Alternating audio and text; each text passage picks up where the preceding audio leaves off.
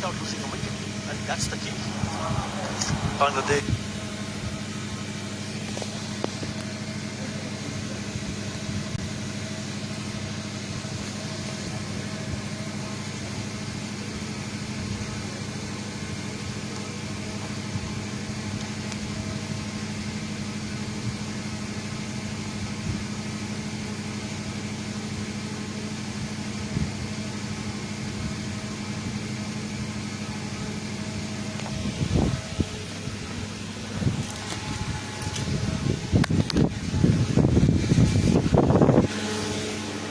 Along with two nasty bounce.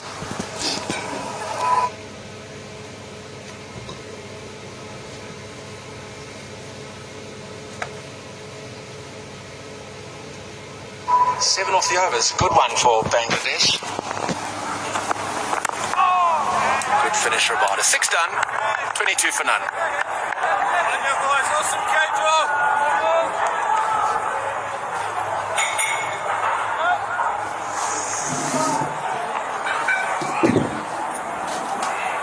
A string of South African faces in Bangladeshi colours of recent past. Of course, Russell Domingo is still the head coach, the fast bowling coach there now. Alan Donald, recently the head coach at the local franchise, the Knights. If you want someone to teach you how to bowl fast, if you can add an extra yard to you, Alan Donald could be your man. One of the quickest there was, White Lightning. Done the job all around the world. England fast bowling coach as well, South African fast bowling coach, New Zealand fast bowling coach, now Bangladeshi fast bowling coach. Here is Ngidi.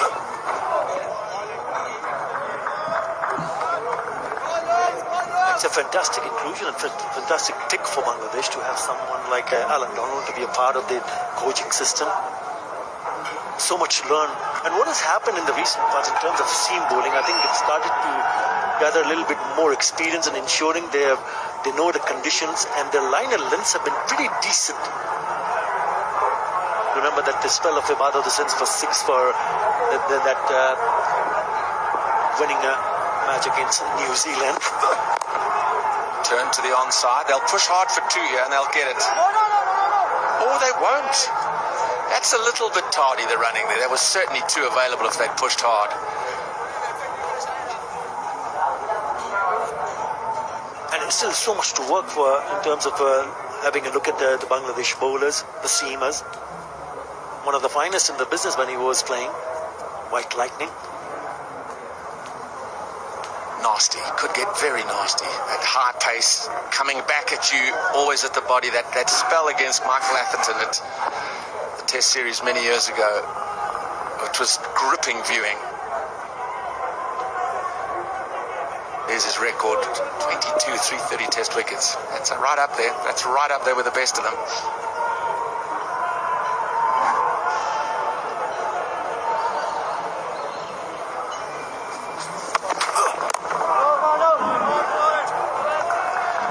Getting his 300th Test wicket at his home ground in Bloemfontein against New Zealand. The left-arm seamer O'Connor, LBW, and as he got the wicket, they'd arranged to have cannons from the local army base go off. It just rocked the whole ground.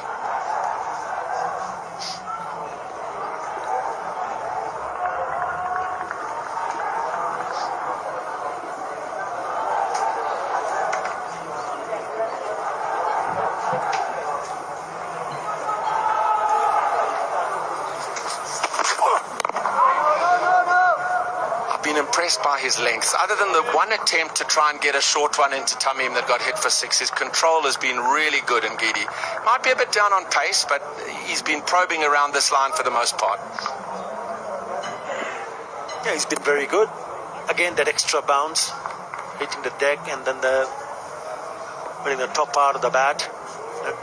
Most of the batters from subcontinent is usually on the front foot. You can see that. Instead of being back and across and waiting to play off the back foot. That's their natural way of batting. As the series progresses, they'll develop and become more accustomed to the extra bounce.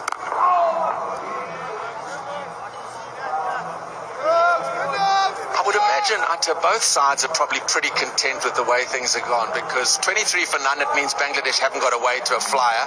But Bangladesh equally, as you said, same pair, still out there. They'll be comfortable with the beginning. It's important. It's important for one of the teams to realize that these are different conditions, difficult conditions, especially when you're up against the quality attack. And once you do get a start, then you need to capitalize.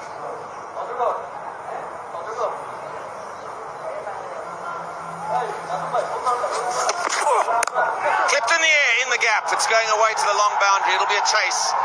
It's timed well enough. Yes, it is. Petraquar gives it best. It's away for 4. It's a good end to that over for Bangladesh.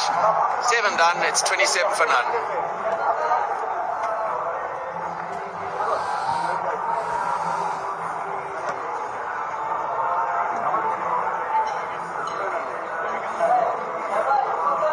Still going for that full length, but it's a little bit straighter. Once again, the scramble seam, and he just plays with the angle this Tamim. Clips it in the air, but in the gap. Didn't middle it, but this outfield's still lightning, and it's away for 4.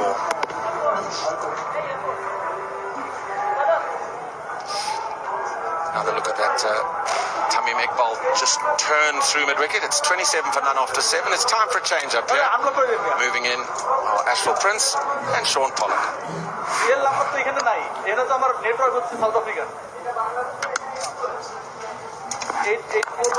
Thanks, Brett. It's been a watchful start by Bangladesh, but no surprise. There's been plenty of assistance for the South African fast bowlers. There's been probably a little bit of extra bounce as well for Kagiso Rabada in particular. So plenty of questions being asked, and I think from a Bangladesh perspective, Ashwell Prince is fresh out of working not so long ago. What is their game plan? What is their sort of targets that they set for each other? First 10 overs or so. Good afternoon, Sean. Good afternoon to all the viewers. I think today, back in South Africa after a while, I think the key for them will be as little damage as possible in the first 10 overs. And so far, they've done exactly that. Linton Das has been in some scintillating form against Afghanistan and in all formats actually recently. So with little damage as possible, somewhere around 40-45 in the first 10 overs.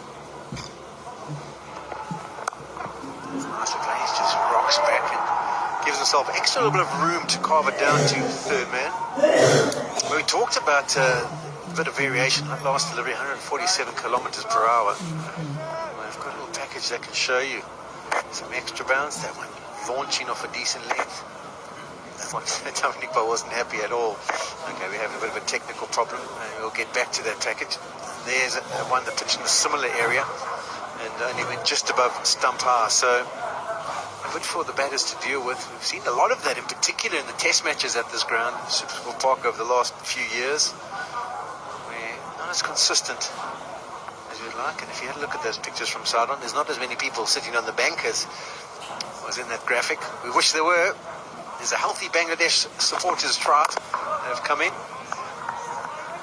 It's amazing. Wherever they go in the world, there's plenty of support. Their supporters, when they get the chance, don't miss an opportunity. A couple of South Africans. Yeah, if you're supporting the Proteas there, the Zanzi fans out as well. But yes, Sean, the Bangladeshis, they always seem to find their way wherever the Tigers are competing. Really passionate about this game. A change up there from Rabada, and it was a good one. Just cut his fingers across it. Fantastic shot played earlier on in the piece by Tamim Iqbal, onto the back, up and over off Lungi Ngidi.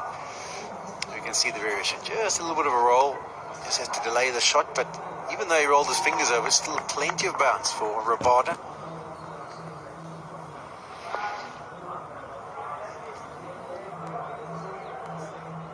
Just joined and wondering why you're seeing Carl Verena with the mitts on. Quinton de Kock is not well, so he's not involved. End of the 8th, 28 without loss.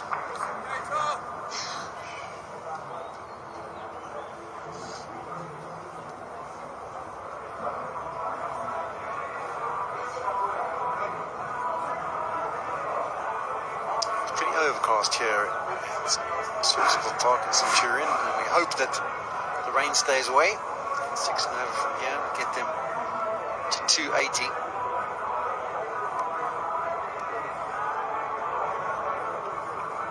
It's a slightly subdued start, but 280 or 300, I'm sure they're taken. It's the wickets in hand that I think is important at this stage. I think it'll get easier to bat on the surface as the two kookaburras get a little bit softer. Yeah, it generally does after first 10 to 15 overs.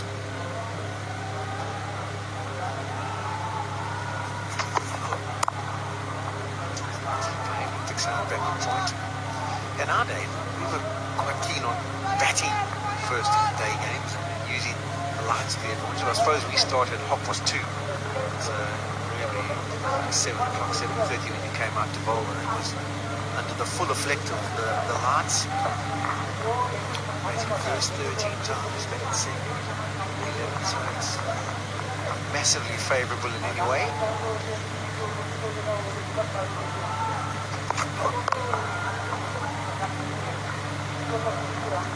That's just jumping across onto off stump. Is that one you taught him as well? A bit disappointed about that one. He walked across a little bit. He likes it on the pads. Strong in that area. Picks it up as well. There's no deep square leg out at the moment, so he's walking to the line. Got it where he wanted it, and be disappointed that he didn't find the gap. He's going to have to be a little bit watchful about where he follows through it. It's a bit of a nemesis for him. This one there, arena in particular, where he tries to get nice and tight to the stumps.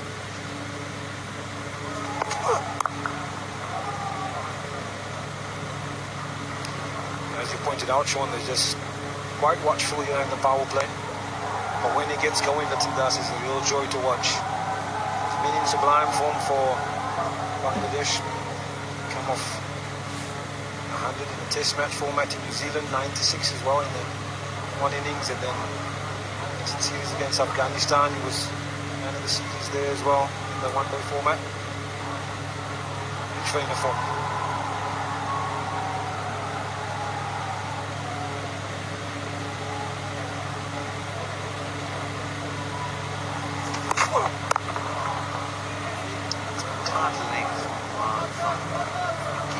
I think with this kind of start, the only problem that you sometimes get into is you start to think, okay, well, where can we kind of make up for the slower start? And it's often we think, okay, we'll change bowler. When some new bowler comes to the crease, like first 5 or 6 deliveries, if we get something loose, pick up a couple of boundaries, and just get the score rate back to where we want it to be.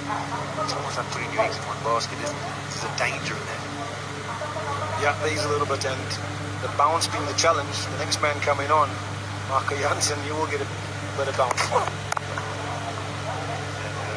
Never played against him, I'm sure. Even in the younger formats, World Cups, under 19s. But bounce is something he doesn't battle to get. Wonderful start to his international career. Real fine for South Africa.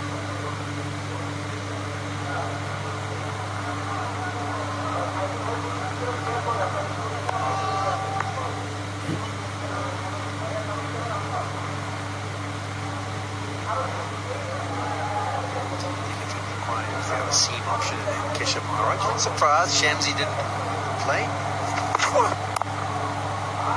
beautifully played. A little bit of width. Ngidi is disappointed in Keshav Maharaj at backward point because he felt like it shouldn't go away to the fence. That was beautifully timed. End of the 9th, 32 Douglas.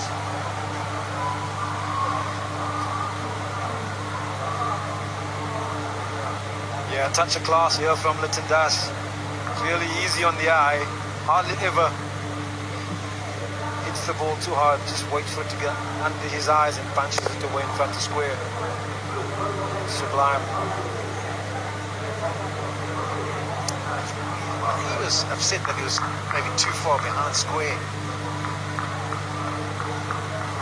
He went to try and cut it off, and even the reaction of Latindase as he made contact and looked up, he realized it was going to to the fence. Well, here's the change we talked about. Marco Jansen.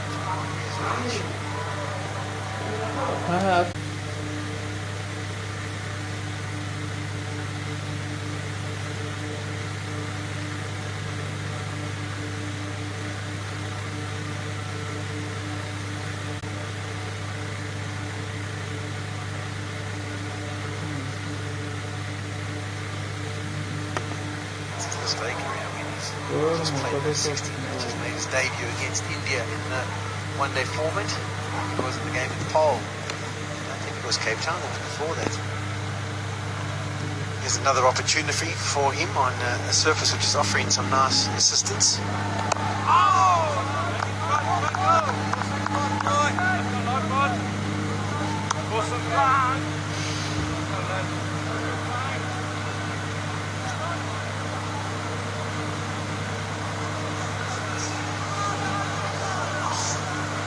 Average day-night score at Supersport Park around 55 for 1.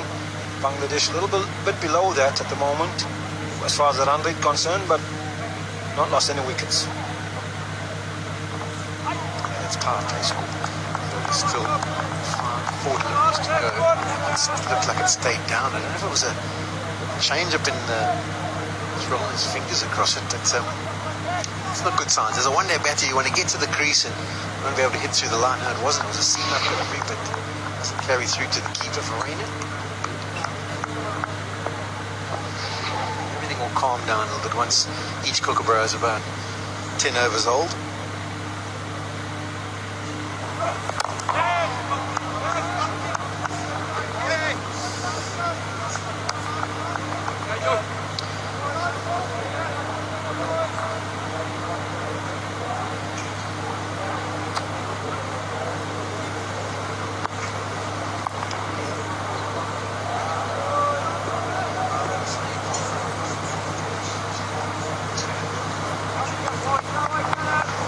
Still the 2 slips in place for South Africa. Surprised it's nicely played away. So the 2 bowlers that opened for South Africa, Guinea and Rabada, very similar in stature with regards to height. It's always interesting just to compare what sort of lines and lengths they've hit. You must just understand it's a left-hander, right-hander combination at the crease. I would say that Guinea was maybe the one who struck the right length more often. Much difference in their figures. 4 overs 14 for Rabada, 5 overs 18 for Giri. I think KG was maybe a little bit more keen to firing a few short pitch deliveries to Tommy Mikapol. Yeah, good start from Lungingiri, and perhaps that little bit of disappointment he showed in his last delivery, that he might have felt that he just missed his spot, offering the batsman a little bit of width outside of stump. I suppose if we're ultra critical, what you would want from KG was maybe a little bit more keen to firing a few short pitch deliveries to Tommy Mikapol. Yeah, good start from Lungingiri, and perhaps that little bit of disappointment he showed in his last delivery, that he might have felt that he just missed his spot, offering the batsman a little bit of width outside of stump.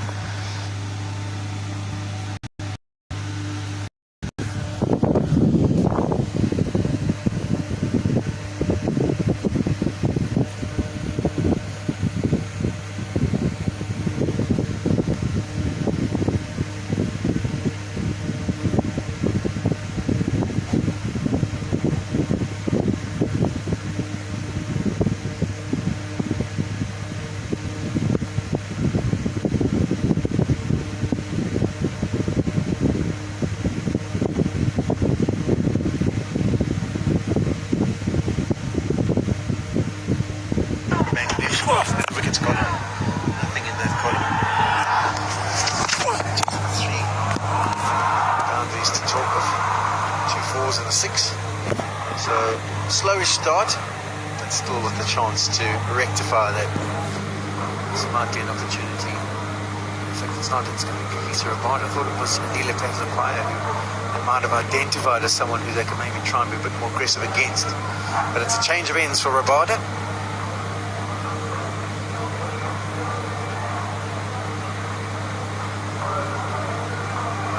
Find it hard when you change the end of the red to the pavilion end.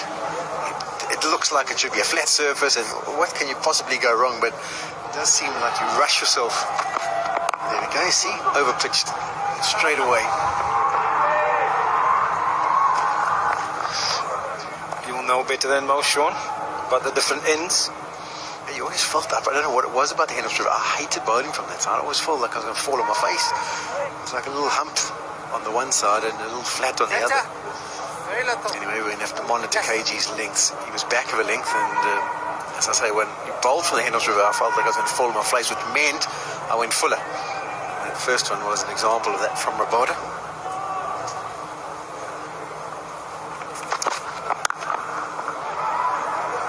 Power play finished, so South Africa can now push some fielders back, and they've decided to push 4, which is a little bit of a surprise for me. Yeah, they've gone a little bit defensive with those 4 boundary riders out. Bangladesh off to a steady start. Not spectacular, but steady. I think Coach Rahul Domingo will be happy with the start. They've got a vastly experienced middle order. Shakib Hassan coming in number 3, Mufiq Rahim, Mamadullah. They form the backbone of the middle order.